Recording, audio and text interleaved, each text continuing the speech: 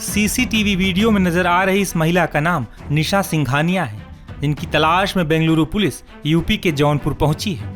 हालांकि पुलिस के पहुंचने से पहले ही निशा सिंघानिया अपने बेटे अनुराग सिंघानिया के साथ बाइक पर बैठकर फरार हो गई। ये सीसीटीवी वीडियो जौनपुर के एक होटल का है, जहां निशा सिंघानिया अपने बेटे अनुराग के साथ रात 11 बजे के आसपास पहुंची थी। हालांकि उस वक्त वो काफी घबराई हुई और परेशान थी। जिस होटल में निशा सिंघानिया पहुंची थी, जब वहां के होटल मैनेजर से इस बारे में सवाल किया गया तो होटल मैनेजर ने क्या बताया, सुनिए। रात में लगभग 11:15 बजे के आसपास एक मैम आई, एक भैया थे, कौन थे जान पहचान नहीं थी, आई हैं, कुछ कहना चाह रही थी, कुछ बात करना, हमने उनसे पूछा। उसके बाद वो बैठी 2 मिनट के लिए, वो बड़ा घबराई थी। उसके बाद वो फिर रिटर्न चली गई। तो कुछ कह रही थी आपसे, घबराई हुई थी कुछ? नहीं कुछ हमसे कुछ उन्होंने कुछ नहीं कहा। पानी नहीं मांगी? हाँ पानी मांगी, हमने पानी पिलाया उनको 1 गिलास। कितने लोग थे? मैम अकेले थे, एक भैया थे जो गेट पे खड़े थे। अच्छा। हाँ फिर वहीं से वो रिटर्न हो गए। बाइक से थे या 4 व्हीलर से? नहीं बाइक से थे, बाकी और कोई जानकारी नहीं। दरअसल हाल ही में 34 साल के एआई इंजीनियर अतुल सुभाष ने आत्महत्या कर ली थी। अतुल ने अपनी जान देने से पहले करीब 1.5 घंटे का एक वीडियो बनाया था, जिसमें उन्होंने कई सवाल खड़े किए थे, जिसके बाद सिस्टम पर भी कई सवाल उठ रहे हैं।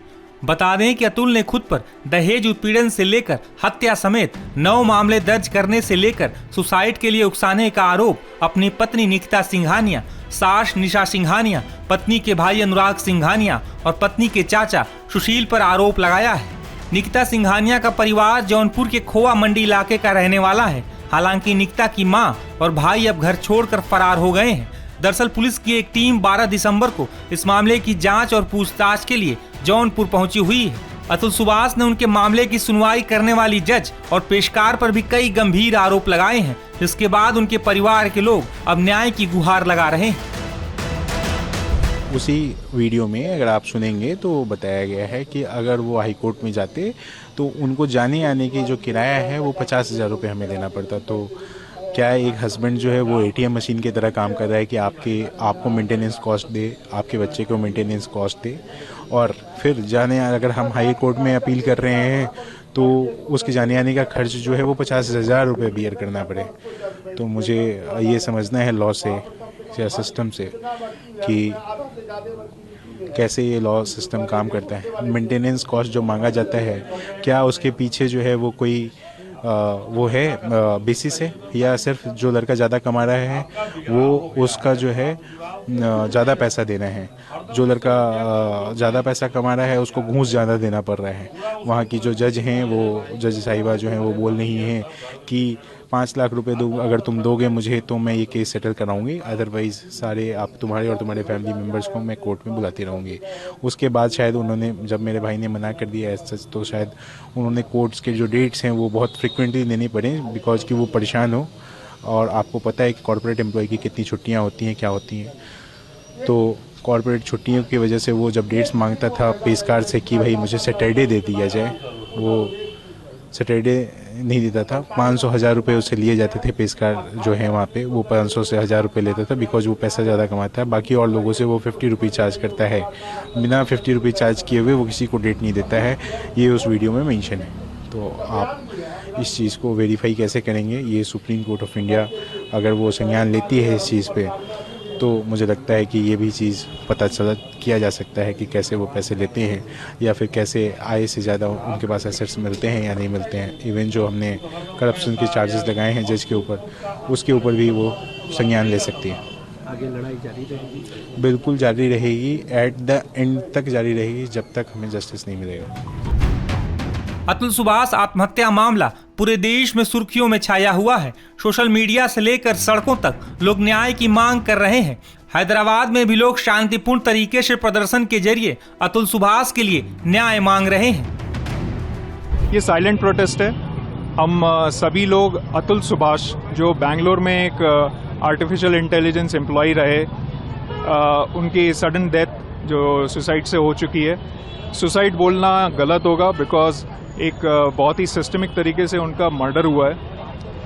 हम लोग सिर्फ यही चाहते हैं as a NGO Save Indian Family Foundation के मेंबर्स की तरफ से मैं यही चाहता हूँ अतुल सुभाष की मौत को ज़ाया ना जाए, उसकी मौत को एक कंक्लूजन मिले, जस्टिस इज ड्यू। उसने खुद अपने डेड बॉडी के ऊपर एक A4 साइज पेपर पे लिख के रखा था जस्टिस ड्यू है, अभी तक बाकी है, उसके साथ में न्याय नहीं हुआ है। इसलिए बहुत ज़रूरी है कि बहुत जल्द इस केस को फास्ट ट्रैक पे डाला जाए, उसकी ऑपोजिट पार्टी को अबेटमेंट ऑफ सुसाइड का केस में आगे प्रोग्रेस किया जाए और मेरिट बेसिस पे इसको कंक्लूड किया जाए। 34 इयर्स का लड़का जो अपने करियर की स्टार्टिंग में है और एक अच्छी खासी अपनी जॉब कर रहा है, घर से दूर रह रहा है और उसको एक स्टेट से दूसरे स्टेट केस लड़ने के लिए जाना पड़ता है और अपने बच्चों को भी नहीं दिखाया जाता है।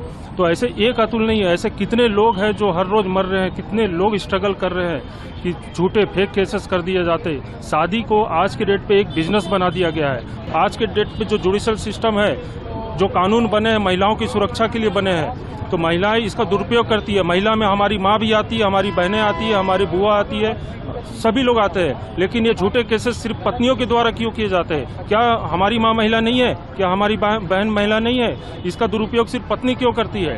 और इसमें सबसे ज्यादा नुकसान होता है छोटे छोटे बच्चों का, जिसको दोनों ने जन्म दिया है। पति को अपने बच्चे को नहीं दिखाया जाता, बच्चे को देखने के लिए पति को कोर्ट का दरवाजा खटखटाना पड़ता है।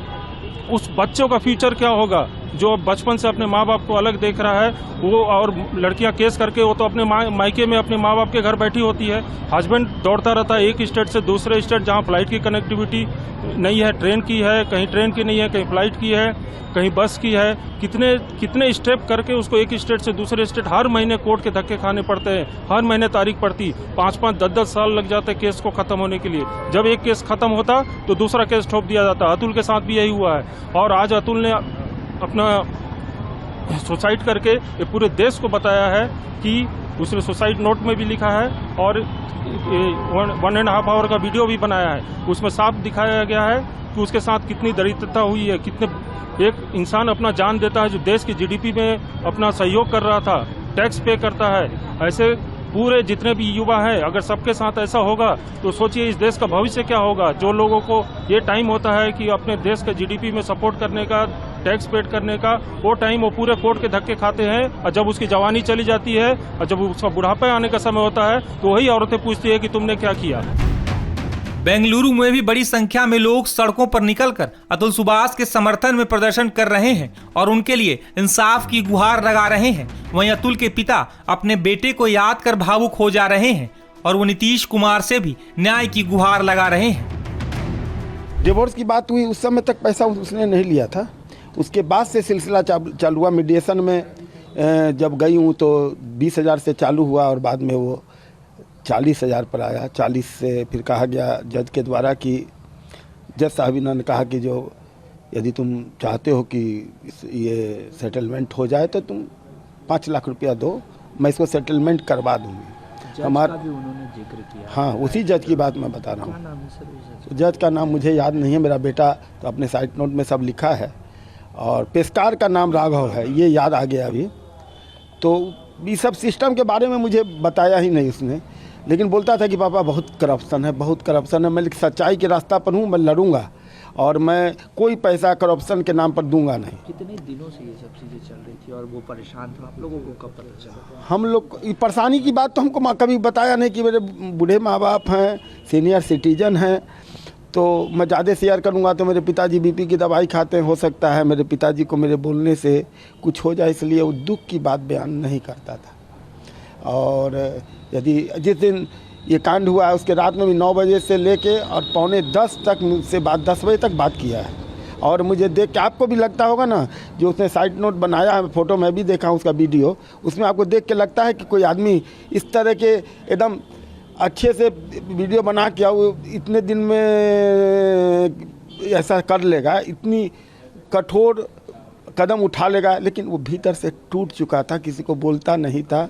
उसने तो राष्ट्रपति से भी गुहार किया, अमेरिका के प्रधानमंत्री नरेंद्र मोदी जी से भी गुहार किया। मैं भी गुहार करता हूँ अपने नीतीश कुमार जी से भी, जो बिहार के रहने, हम भी बिहार के हैं। और यदि उनको हम लोग का दुख लगता होगा कि सही है तो मदद करना चाहिए उनकी इस कानून व्यवस्था पर। हमारे पूरे परिवार पर 498 का केस आज भी था जो जौनपुर में, जिसमें हमारे सीनियर वकील है विजय कुमार श्रीवास्तव और अवधेश तिवारी जी और एक तो आपको सुशील यादव जी, ये सब सुशील राय जी, ये सब हमारे वकील हैं सीनियर। और वहाँ का एक वकील ये बयान दे रहा है कि हमारे जूनियर जो हैं अतुल जी के वकील थे और हम लोग के पास उन्होंने कभी कहा नहीं कि 40,000 रुपया है तो इसकी अपील करते। अपील के लिए तो गया था हाई कोर्ट, वहाँ का रूल ही अलग है। कोर्ट में भी न्याय नहीं नहीं न्याय नहीं मिला, उतने तो अपने बयान में कहा है ना। उन्होंने ये भी जिक्र किया है कि मेरे बच्चे से भी हमें मिलने नहीं, सबसे बड़ा शौक यही है। हमारे बच्चे से मिलने नहीं दिया गया। मैं गया तो मैं भी चाहता था कि मैं अपने पोता को आज तक गोदी में नहीं लिया हूँ, चूँकि मैं कभी बंगलोर नहीं गया। मैं ना वो यहाँ कभी आई है, एक दिन के लिए आई और फिर उसके बाद दोबारा आई नहीं। उसने लिखा है कि मुझे प्रताड़ित किया जाता था, दहेज की मांग की जाती थी। आप सोच के देखिए, जो बहू कभी आई नहीं, जिससे कभी मैंने बात नहीं किया, उसको मैं क्या बोल सकता हूँ। Justice is due. हाँ, अंतिम समय तक भी उन्होंने यही बात कहा। हाँ, तो जस्टिस तो है, बाकी वो तो शहीद हुआ है ना। मैं तो ये समझता हूँ कि मेरा बेटा शहीद हो गया। जैसे भगत सिंह शहीद होकर के राष्ट्र को संदेश दे के आज़ादी दिलवाया है, तो इस बुरे, हम समझते हैं करप्शन जो चल रहा है अदालत में और न्याय में, उसको जरूर नरेंद्र मोदी जी और जो न्यायपालिका है सुप्रीम कोर्ट और उनके जो उच्च अधिकारी हैं, न्यायाधीश हैं, उनको चाहिए कि ये न्यायालय जो है एक मंदिर है, वहाँ पर बैठा हुआ इंसान यदि करप्शन करेगा तो फिर और अतुल सुभाष ऐसा करेंगे। मैंने उसकी यही भावना थी कि और कोई अतुल सुभाष ऐसा नहीं करे, कानून में सुधार हो। ये कानून का जो गलत दुरुपयोग हो रहा है उस पर संशोधन करने की ज़रूरत है। और हमारे परिवार को न्याय एक ही चाहिए कि हम लोग यदि दोषी हैं तो उसका जांच कराया जाए, और मेरे पोता को कम से कम यदि न्यायपालिका में कोई ऐसा प्रावधान हो कि हम लोग को दिए जाए, तो हम लोग सोचेंगे कि ये बहुत बड़ा एहसान है हम लोग के परिवार पर इस न्याय का। यही हम मान के चलते हैं भाई साहब, और कुछ हम नहीं बोलेंगे। अतुल सुभाष ने मौजूदा सिस्टम पर जो सवाल उठाए हैं, उसके बाद उनके पिता भी इस सिस्टम में सुधार की मांग कर रहे हैं।